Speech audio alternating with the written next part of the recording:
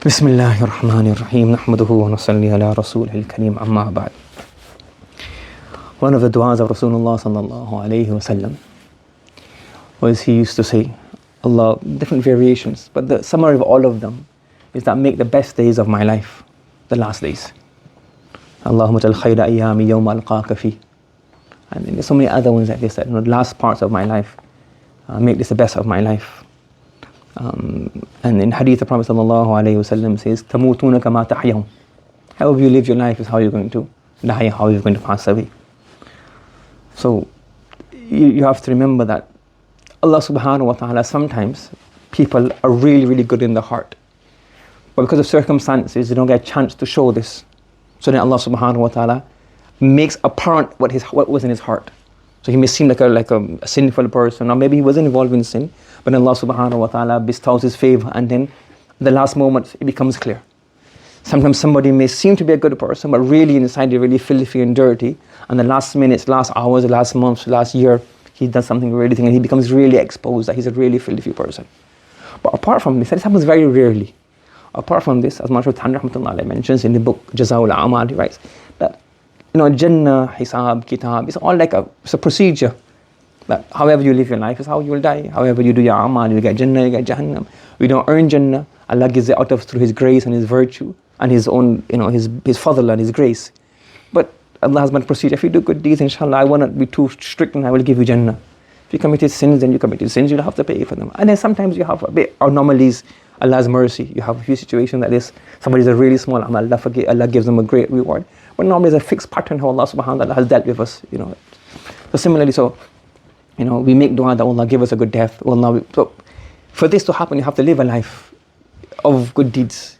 Like for example, a person, he spends his whole life teaching and he's 70, he's still teaching, then it's a very high possibility he will die teaching, doing mutala, or even if he dies in his bed, even if he dies in a car, even if he dies anywhere, it's like, okay, during the day he would have taught. It's not that, okay, a person never reads a hadith book his whole life and then before he dies he's going to have an open hadith book and die on the hadith book. It's possible.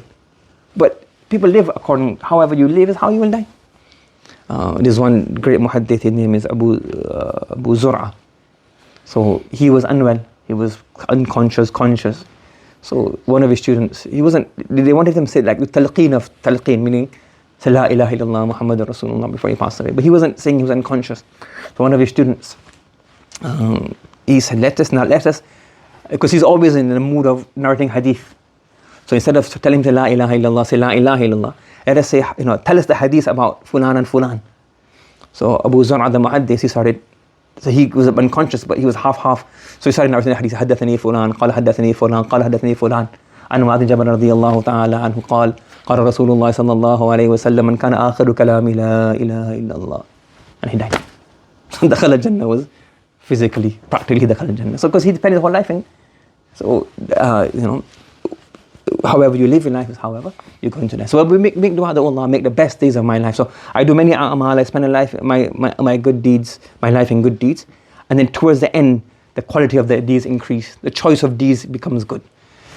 So the Prophet sallallahu alayhi wasallam, he says, al-umratu li-umrah kafarat ma baynahuma. When you do umrah, Allah subhanahu wa ta'ala expiate all the sins. So Allah's fadl, we reached Medina Munawwar, we reached Makkah Mukarramah on Monday. We done Umrah on a Monday. An entire week, when the health was well, we performed Umrah, we performed tawaf, 3 tawaf a day for a couple of days. 2 where we couldn't. Some days she was unwell, we missed a few of them. But the last 2 days, Mum wasn't well. She was short of breath. So the Tuesday we left, so Monday, my son took up a tawaf. And after tawaf, we didn't tawaf early in the morning. So on the first floor, there's less people early in the morning, about 11 o'clock or so. So after you finish tawaf, you can stand on where the multazam is, in line with that on the first floor. So that day, Monday, she did the same thing, tawaf, dua, came back. Then Tuesday we were going to go off. And Mum came up from the bathroom, she was wheezing a bit. So she has asthma, so I thought she was just wheezing. So I said, Mum, tabir harni or takayni, let's go. She goes, no, I'm going to go. I said, okay, we'll go to Haram. Now, if you can't do tawaf, we just sit and watch the Kaaba. She goes, no. I said, okay, we'll do tawaf then. So we done tawaf. This is Tuesday. So we'll be leaving from Medina Munawwar after Zuhr. Before Zuhr, we done 1 tawaf. And the last image, one of the last images I have of her, she done tawaf. We went towards the Muntazam. She had a black and white dress. She stood up in front of the Muntazam. She kept on making dua. And until the guard didn't come and say, Hajiya, Hajiya. Why is it Hajiya, not Hajja? You have to ask the guard, so what's the ta'ali doing there? But it said Hajiya. Then she looked at him like, not too pleased, but then she just stopped. We filled Zamzam, and then we sat in the hotel. After Zuhr, taxi came. In the car, she was reading the Durood Sharif. She was telling the kids to read Salat al-Nabi. She was talking. And I was in the front seat. I could talk to the guy in Urdu, and they were all in the back. So I looked back, and the last image I have, she was in the seat. And she was looking about half asleep when she was Sallallahu. She had this long Durood Sharif she used to read. I can't remember what it was. She used to read one of the Salat al-Nabi. She used to be looking back, and she was reading Salat al-Nabi. So that was what she was doing with Medina Munawwara. Then again, it's just a coincidence. She likes honey. She likes all these small things: honey, black seed oil. These like tibbi nabi. So on the way, there's a person who was selling some. We stopped on one service station, so we were selling some honey there. So I bought some honey. I bought some black seed oil, and I gave it to Mum as a gift. So that was the last thing I offered her, and she obviously was a bit happy with that one. We reached Medina Munawwara. It was before Maghrib. So my sister, because obviously men and women are separate. In Makkah, you can take somebody and put at the back, you can go at the front. So they said, look, we're very late. And my mum still we still getting ready. She had to finish the Asr because she didn't pray on the way because it's hard to pray in the service station. So she prayed the Asr, and then my sister said, I'll take you back to the masjid after Maghrib. I'll come back for Maghrib and I'll take you to the Haram for Isha. But the first day, my sister going to the Haram, and then just like too much crowd, where to get out from, come in from, she didn't know. So she messaged Mum saying, I'll take you for Isha, inshallah. Now, no, sorry. I'll come for Maghrib, but if I get out, I won't get back in. You won't get back in, so I'll take you in Fajr, inshallah. Take you after Fajr. So Mum replied. She replied after a long time. We said, okay. Obviously, she probably wanted to go, but it was taqdeer. So then she said, okay, Fajr. Then they woke up Fajr. Tahajjud Azan had gone. So Tahajjud Azan had gone. Then my sister, she wanted to go for Tahajjud for the masjid. So she was a bit late. So she told Mum that, you perform Tahajjud here. I'll go for Fajr. Straight after Fajr, I'll come back. And then we'll go for Salam, because after Fajr, they open up with Salam. And my mom had a habit of sending all these different messages, reminders, Islamic reminders. So the two of them, last two that she sent, one of the last ones she sent was, what was the last two, do you remember? One of them was Salah. If your Salah doesn't, if your deen doesn't take you to the masjid, nothing will. So it was about Salah. And the other one was something about a person. If I remember, I had it written down somewhere. The last two messages she sent, something about a person. I forgot the second message. She sent those off, and then comparing the messages. So then my sister left the room. She said, "Mommy, I'm going. I'll come back after Fajr." And we assumed from the way my mom, what was wet, what was dry, what direction was facing, that she would have done wudu for Fajr, for tahajjud time. She would have done wudu for tahajjud. Then she left. First, her intention was tahajjud, because it's still tahajjud time, tahajjud, Fajr, and after Fajr, to go and say salam to the Prophet sallallahu alaihi wasallam. And she came out from the bathroom, and then that's how she passed away.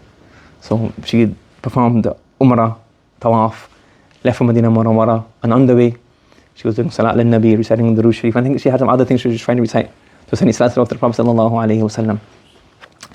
And then in that state, Allah subhanahu wa ta'ala, it was the intention of wudu, intention of tahajjud, fajr, and the first salam is always the most ishtihaq, the most zeal you have for the first salam, because I haven't been yet. And that's the Allah subhanahu wa ta'ala took her. So this is, Allah subhanahu wa ta'ala grants, again, many other people in the dunya, people who are less pious, people who are more pious. Everybody doesn't die in Medina Munawwara. Some people have a normal death. Sometimes people are blown to bits. Sometimes people's bodies are eaten up by dogs and animals. But only Allah knows who's high in the state of Allah subhanahu wa ta'ala. Doesn't mean if you have this that you become automatically the best person in the world. We've seen people blown up, heads apart, somebody, it's all sorts. But sometimes Allah chooses to honor people in different ways. This is one ajib honor. So even I was shocked when I first saw my mum on the ground. I just smiled and I was like, can't believe this. We think Medina Munawwara is for the muhaddithun and for the great awliya and the great wa'idun. I was like, mum, Medina. It's a shock. So it's also a lesson for us, we live a life, do good deeds, inshallah. So, and even, it's quite mantiq, la yanaqis, you can't convert or you can't invert the logic, meaning, inshallah, we hope in Allah's mercy that everybody who dies in Medina Munawwara is maghfoor, inshallah. However, doesn't mean if you don't die in Medina Munawwara, you're not maghfoor, you're not in Allah maqbool. So you have to keep moderation. And again, this death, I'll just read out some words that someone of my elders wrote to me regarding this. He says, Allah Kareem ne jis maqam par maut ata farmai. The way Allah subhanahu wa ta'ala granted your mother death. और हुज़ूर नबी करीम सल्लल्लाहु अलैहि वसल्लम की मुबारक कदमों में बक़ी शरीफ बुक़े नूर में सहाबा औलिया के पड़ोस में क़ब्र अता फरमाई. And Allah subhanahu wa ta'ala gave your mother a place in Jannatul Baqi at the feet of Rasulullah sallallahu alayhi wa sallam, in the companionship of the Sahaba and the awliya. ये लायक अल्फ शुक्र है. You can give 1,000 times शुक्र for this. It's not enough. And ये सआदतें किस्मत वालों को मिलती हैं. This honor, this grace is only given to those who are, who Allah has given a, great honor. काबिल रश्क मौत है, ऐसी मौत पर हज़ार ज़िंदगियाँ कुर्बान. This maut is worthy of envy or rashk or ghibta, and we will sacrifice 1,000 lives just to have a death like this. We all wish that Allah subhanahu wa ta'ala give us death in Medina Munawwara. First of all, give us death with Iman, and on top of Allah, give us death in Medina Munawwara, and more importantly, give us the ridha of Allah subhanahu wa ta'ala, and give us jiwar of Rasulullah in Jannah, which is more important. Subhanallah wa bihamdi, subhanakallahumma wa bihamdika, wa nashhadu an la ilaha illa anta nastaghfiruka wa natubu ilayk. As I mentioned before, I feel uncomfortable saying these things, but maybe there's a lesson for somebody in here. Somebody benefits, somebody takes ibarah that, what, I want to, we learn from anything. Otherwise, talking about your own family in that way is obviously like boasting indirectly. Not my intention, but it feels uncomfortable. But hopefully some find that for somebody else. So may Allah make these things mufid for everybody else. Subhanallah wa bihamdi, subhanakallahumma wa bihamdika, wa nashhadu an la ilaha illa anta nastaghfiruka wa natubu ilayk.